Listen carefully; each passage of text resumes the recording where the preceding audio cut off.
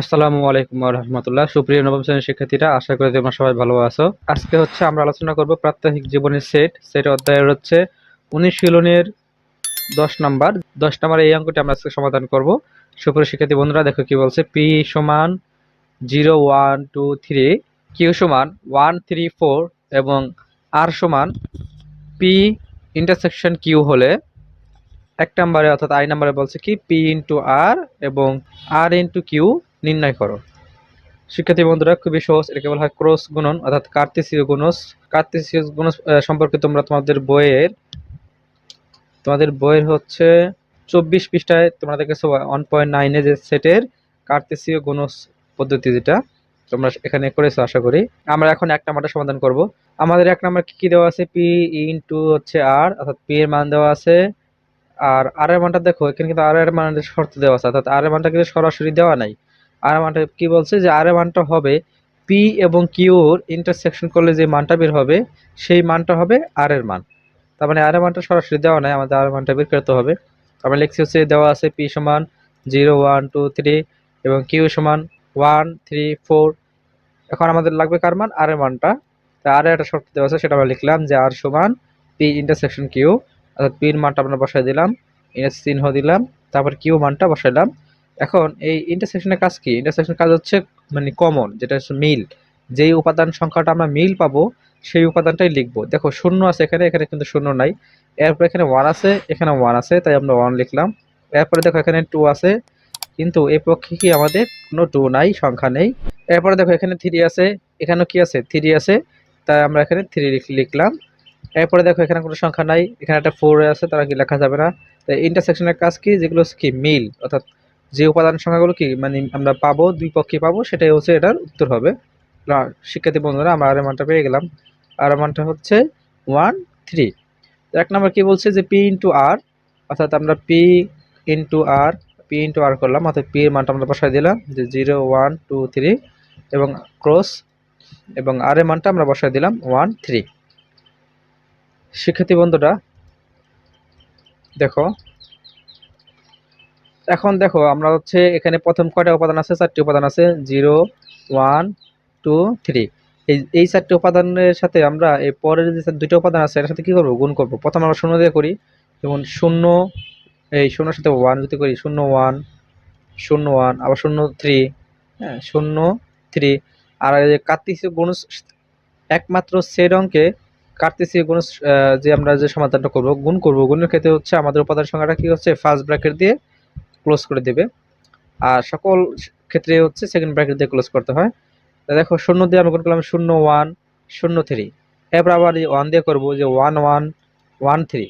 আবার 2 দিয়ে করবো 2 1, হ্যাঁ 2 1 2 3 2 3। এবার দেখো 3 1 3 3 3 1 3 3। এই একটা দিয়ে কি এই দুইটা গুণ করতে হবে, অর্থাৎ 2 1 2 3 3 1 3 3 ভাবে আমরা লিখলাম। আমাদের পি ইন্টু আর এর মান হয়ে গেল। এরপরে কি বলছে আর ইন্টু কিউ। আর এর মানটা আমরা বসাই দিলাম 1 3, কিউ এর মানটা 1 3 4। অর্থাৎ এই 1 3 দ্বারা আমরা এই তিনটাকে গুণ করবো, অর্থাৎ যেমন 1 1, এই যে এরপর 1 দিয়ে 3 1 3, এই যে আবার 1 4, আবার দিলাম 1 4। এবার অনেক কাজ শেষ, এবার 3 এর কাজ। 3 1 লিখলাম 3 1, এই 3 3 লিখলাম 3 3, তারপর 3 4, তাহলে লিখলাম 3 4, এবং শেষে সেকেন্ড ব্র্যাকেট দিয়ে ক্লোজ করে দিবে।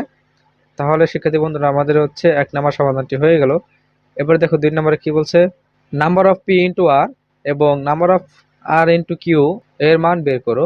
তো এবার দেখো আমাদের নাম্বার অফ, আমাদের 2 নাম্বার সমাধান। 2 নাম্বার সমাধান এখানে পি সেটের উপাদান সংখ্যা, অর্থাৎ এই দেখো এখানে পি সেটের উপাদান সংখ্যা কয়টি ছিল, পি সেটের উপাদান সংখ্যা কয়টা, 1 2 3 4। আমরা লিখলাম পি সেটের উপাদান সংখ্যা 4, নাম্বার অফ পি সমান 4। এরপর কিউ সেটের উপাদান সংখ্যা, নাম্বার অফ কিউ সমান, কিউ সেট কয়টা আছে, কিউ সেট আছে 1 1 2 3। কিউ সেটের উপাদান সংখ্যা, নাম্বার অফ কিউ সমান 3। এরপর আর সেটের উপাদান সংখ্যা, দেখো আর সেট আমরা কত নাম্বার পেয়েছিলাম, এই দেখো কত পেয়েছিলাম, 2টা 1 3। লিখলাম আর সেটের উপাদান সংখ্যা, নাম্বার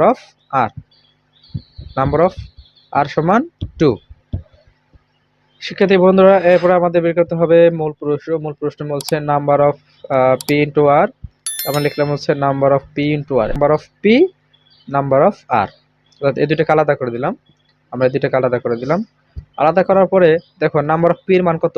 নাম্বার অফ পির সংখ্যা আছে 4টা, তাই লিখলাম 4 ইন্টু নাম্বার অফ আর এর মান কয়টা? 2টা, তাই আমরা এখানে লিখলাম হচ্ছে 2। সুতরাং 4 দোকানে 8, আমাদের তো হয়ে গেল। এরপরে কি বলছে? Number of R into Q এর মান নির্ণয় করো। Number of R into Q, অর্থাৎ এখানে আর উপাদান আমরা ভিন্ন করে লিখলাম number of R into number of Q. Number of R into number of Q, number of R এর মান হচ্ছে 2, আমরা 2 বসা দিলাম। নাম্বার অফ কিউ মান হচ্ছে 3, তো আমরা হচ্ছে 3 বসা দিলাম। 3 দোকানে 6, আমাদের সমাধানটা হয়ে গেল। শিক্ষার্থী বন্ধুরা, আশা করি তোমরা সহজেই বুঝতে পেরেছো। আমাদের 1 নম্বর সমাধানটা ছিল এরকম যে আমরা হচ্ছে ক্রস অর্থাৎ কাটতেছি, গুণজ করে দিছি।